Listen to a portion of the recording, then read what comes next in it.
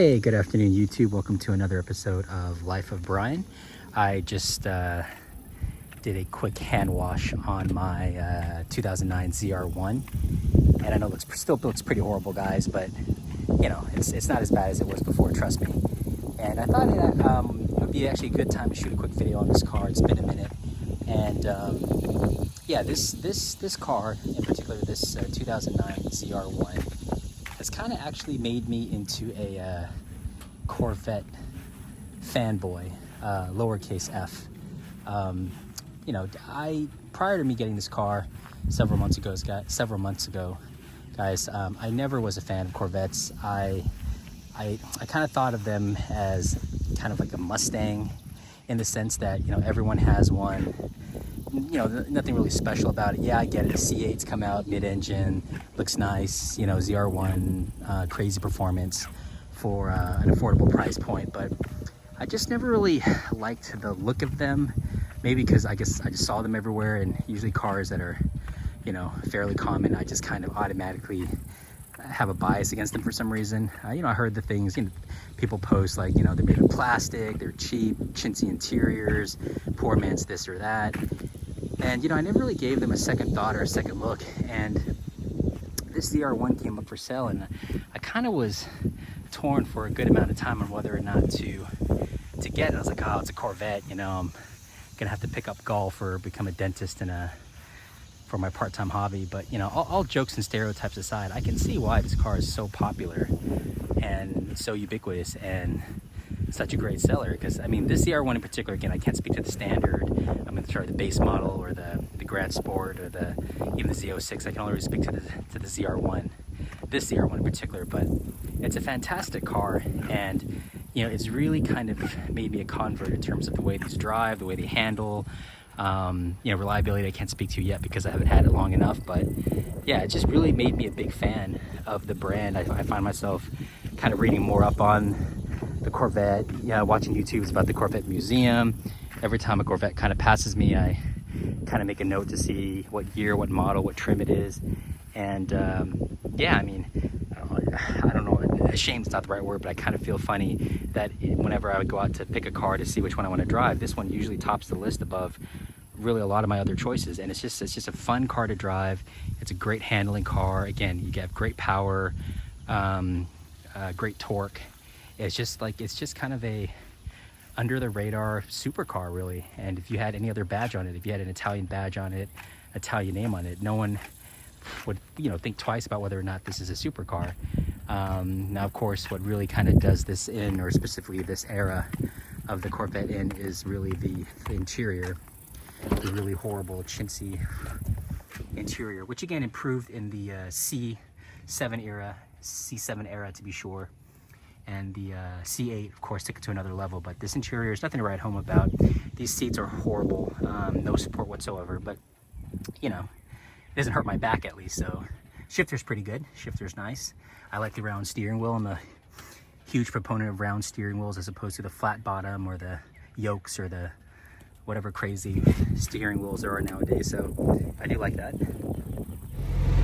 So I'm inside the car, guys, with the AC blasting. As I'm sure you can tell, I'm red like a tomato. It's like 104 degrees outside. It feels like 110. But yeah, the interior, again, leaves much to be desired.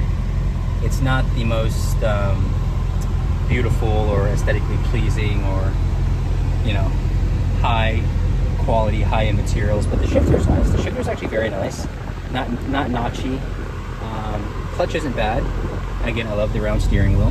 Yes, the infotainment center sucks, but again, if you're getting a ZR1 for the infotainment, you're probably getting the wrong car. But so again, I've only had this car, guys, for probably less than 2 months, and I'm really a fan of, at least a fan of the ZR1. Now again, I can't speak to the base or the Grand Sport, I think Grand Sport, or the Z06. I've heard great things about the Z06. I was very close to getting a Z06 myself, but the ZR1 was priced just right. And yeah, I mean, just the performance you get out of this guy's like, what, 640 horsepower in 2009. Again, the most powerful Corvette, the most powerful car ever made by GM, I believe, at the time. And obviously the the 2019 ZR1 and now the 2025 ZR1 is going to surpass this one. But I was reading an article yesterday. This 2009 ZR1 is still officially the second fastest Corvette ever made, second only to the 2019. So that's pretty impressive, guys, for a 2009 model year car. And yeah, I'm a very big fan of these cars. They, you know, and I would imagine, again, I haven't driven a base model, I haven't driven anything else, but I would imagine that, you know, less horsepower, less torque, but handling, I would imagine, is pretty similar. Driving dynamics, obviously looks, they look very similar. There's some aesthetic things and scoops and, you know, the little clear window on the hood, but, you know, the ZR1 seat, of course. But for the most part, you know, 85, 90%, you basically have the same car in even the lower end models. And yeah, I really finally see why these cars are so popular. And I really like this car.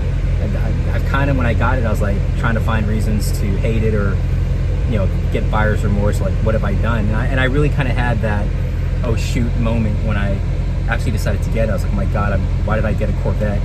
Kind of hid it from friends and family. It's like, oh, I don't want people to know I drive a Corvette. But you know, it's a great car. It's a very fun car. And again, I haven't owned it enough to know about the reliability, guys, but I haven't had any issues so far. I swapped out the battery, but that's literally it. Haven't had any issues. No gremlins, no warning lights come on. And it's just a very fun, engaging, satisfying car to drive. And you know, just knowing that you have all that power, that performance under the hood, but you don't have to use it, and you don't have to like drive around in a, hey, look at me, you know, Lamborghini or McLaren to get that type of performance. It's a great feeling. And obviously just seeing other, it's kind of weird because I used to always kind of not, you know, loathe or bemoan, but whenever I'd see other Corvettes, it was kind of like the whole thing about seeing Mustangs. Mustangs are everywhere, at least where I live.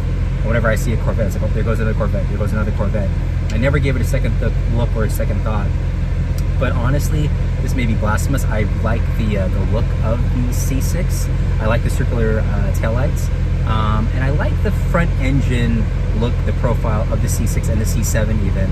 The C8's a nice looking car, don't get me wrong, but it looks very much like a Ferrari or a McLaren, and there's nothing unique about it. This, you look at it, it's uniquely Corvette, nothing else looks like this. And the other day when I was in my garage, I'll do a video, a comparison, would you rather video between this and my Viper, but it was a tough decision. And honestly, 9 times out of 10, I'd probably go in my ZR1, to be honest with you guys. So just wanted to do a quick video, guys. I know you guys who have them love them. I'm a fan now. Again, fanboy, lowercase f. But love the car. We'll be driving a lot more, and we're putting out more content on the channel for sure. So if you guys get a chance, definitely get a ZR1, a 2009 one, and you will not be what do you call it? You will not have buyer's remorse. You will not be sad. You will be very pleased, very satisfied. So hope you guys like the video. Give it a thumbs up, comment below, like, subscribe, please support the channel, and I hope to catch you guys in the next video. Take care. Bye bye.